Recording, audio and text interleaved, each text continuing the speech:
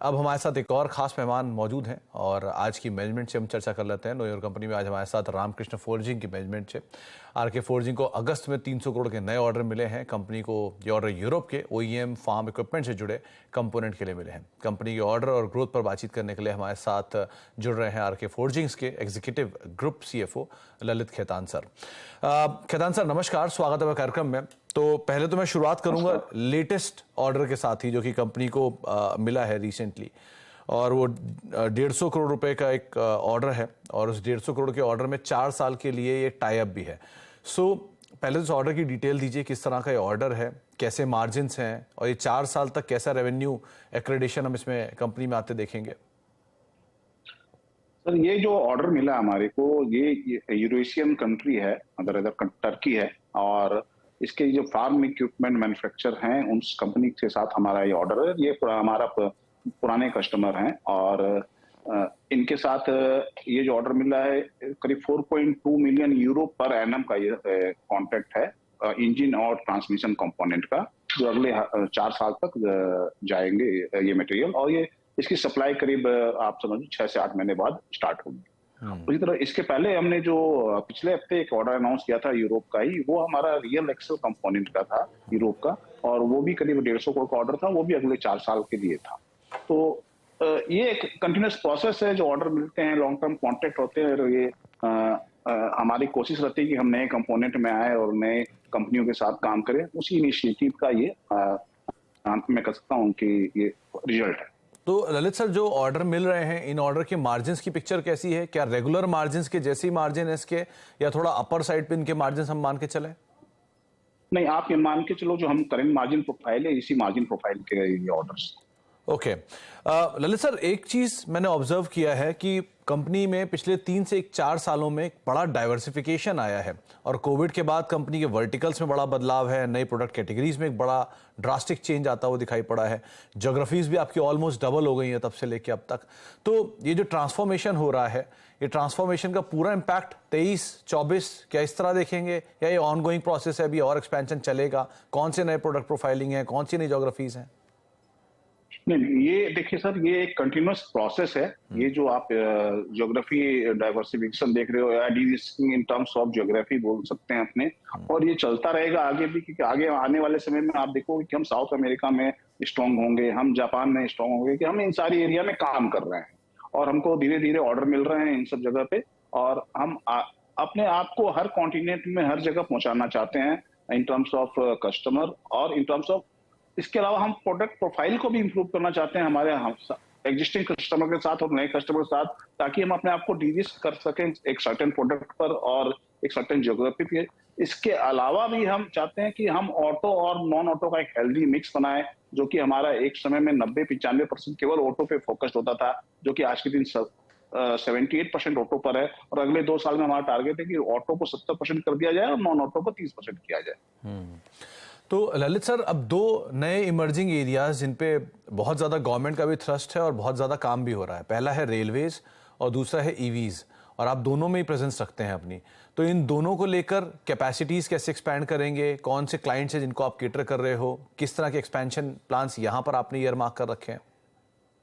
देखिए, जहां तक रेलवे की बात है, तो रेलवे पे हम काफी काम कर रहे हैं एज ए स्टैंड अलोन, और हमने एक ज्वाइंट वेंचर भी फॉर्म किया है टीटागढ़ रेल सिस्टम के साथ, जहां पे हम रेल व्हील सप्लाई करेंगे इंडियन रेलवे को अगले 20 सालों के लिए। तो वो कंपनी अपनी जगह पे काम करेगी और हम लोग साथ में काफी कारोबार कर सकते हैं रेल व्हील के क्षेत्र में, हमारे और टीटागढ़ रेल सिस्टम के बीच में। इसके अलावा जैसे वंदे भारत ट्रेन से, जो उसमें कि कई लोगों ने ऑर्डर विन किया है, लेकिन उसका भी फायदा हमारी कंपनी को मिलेगा, क्योंकि हम one of the approved source हैं इस वंदे भारत ट्रेन के लिए। बोगी फ्रेम, जो फ्रेम होता है अंडर कैरेज बनाने के लिए, तो वो भी क्योंकि मेक इन इंडिया इनिशिएटिव है, तो आरके फोर्ज को इसका फायदा मिलेगा, और काफी ऑर्डर इनके जो कंपनियां जिनको ये ऑर्डर मिले वो हमारे को इसका देगी। तो और इसके अलावा भी हम और भी प्रोडक्ट डेवलप कर रहे हैं, और आई थिंक रेलवे में हमारा जो आज के दिन टर्नओवर है वो आपको काफी हद तक इंप्रूव होता दिखेगा अगले 2-3 सालों में। जी, और ईवीज को लेके? अगर ईवी की बात करें तो देखिए हम ईवी पे काम कर रहे हैं अपने एग्जिस्टिंग ओईएम के साथ, और हमारी प्रेजेंस धीरे धीरे ईवी में बढ़ा रहे हैं, जो कि हमारा शेयर आज के दिन हमारे टर्नओवर का 3% है, जो कि हमारा टारगेट है अगले 2 से 3 सालों में इसको 5 से 6% पे ले जाने का on the EV side as a stand alone. इसके अलावा एक आपको पता होगा कि हमने एक इन्वेस्टमेंट भी किया है एक स्टार्टअप में ईवी का, जो कि सुयो बोलकर एक कंपनी है और नोएडा में, जिसपे कि कुछ यंग आईआईटी के लोग काम कर रहे हैं। वो हमारा एक्सटेंडेड आर्म होगा ईवी इनिशिएटिव पे, जहां पर हम high weightage motor, differential, axle, ये चीजें डेवलप करेंगे, और ईवी की जो ये एक वेव है इसको भी हम इंजॉय करेंगे in terms of growth through this company. जी ललित सर, कंपनी की जो एग्जिस्टिंग कैपेसिटीज हैं उसमें कुछ कमीशनिंग हुई है जुलाई में, कुछ कमीशनिंग की बातचीत है सितंबर में, तो अभी एग्जिस्टिंग कैपेसिटीज कितनी है? वन, दूसरा, गोइंग फॉरवर्ड जो कैपेसिटीज ऐड होने वाली हैं वो हम कब तक नंबर्स में आते हुए देखेंगे? टू, और तीसरा, जो कैपेसिटीज आप ऐड कर रहे हो ये क्या आप इंटरनल अक्रूवल से ऐड कर रहे हो या कुछ फंड रेजिंग एक्टिविटी भी कंपनीज के लिए देख रही है? नहीं, तो हम लोग सर जो भी कैपेसिटी ऐड कर रहे हैं या जो एक्विजिशंस हो रहे हैं, इन्वेस्टमेंट हो रहे हैं, ये मिक्स ऑफ इंटरनल अक्रूवल और डेट है। लेकिन हमारा डेट प्रोफाइल भी हमने एक डिसाइड कर रखा है कि एक सर्टेन लेवल तक ही कंपनी को लीवरेज करेंगे, उसके बाद हमको इंटरनल अक्रूवल से ही ग्रो करना है। और वो आपको दिख रहा होगा पिछले साल 2 साल में कंपनी के बैलेंस शीट में कि हमारे डेट लेवल कंट्रोल में है, और हमारा टारगेट भी है कि हमको अल्टीमेटली डेट एबिटा 1:1 मेंटेन करना है, जो कि आज के दिन करीब 1.68 पर है। अब अगर आप मेरी मार्च 2023 की बैलेंस शीट देखो, तो हम डेट को एक सर्टेन लेवल पर रखेंगे ताकि कंफर्टेबल रहें और उसके हिसाब से ग्रो करें। ये हमारा थॉट प्रोसेस है और हम उसको मेंटेन करेंगे। सर, आपने ईवी में जो नए स्टार्टअप की तो बात की, लेकिन ये जो दोनों एग्जिस्टिंग इनऑर्गेनिक रूट से जो आपने एक्सपैंड किया है, इसमें जेएमटी ऑटो और एसीआईएल आता है, इनके बारे में आप फर्दर क्या डिटेल मेंशन करना चाहोगे?